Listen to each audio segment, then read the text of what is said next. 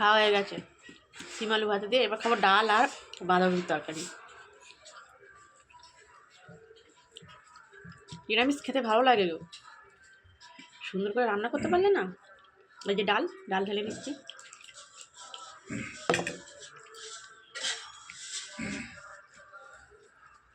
এই বাঁধাকপি একটু নিলাম।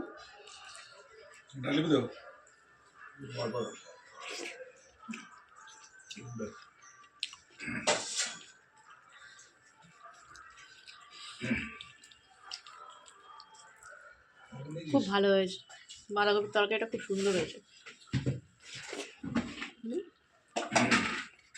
লঙ্কা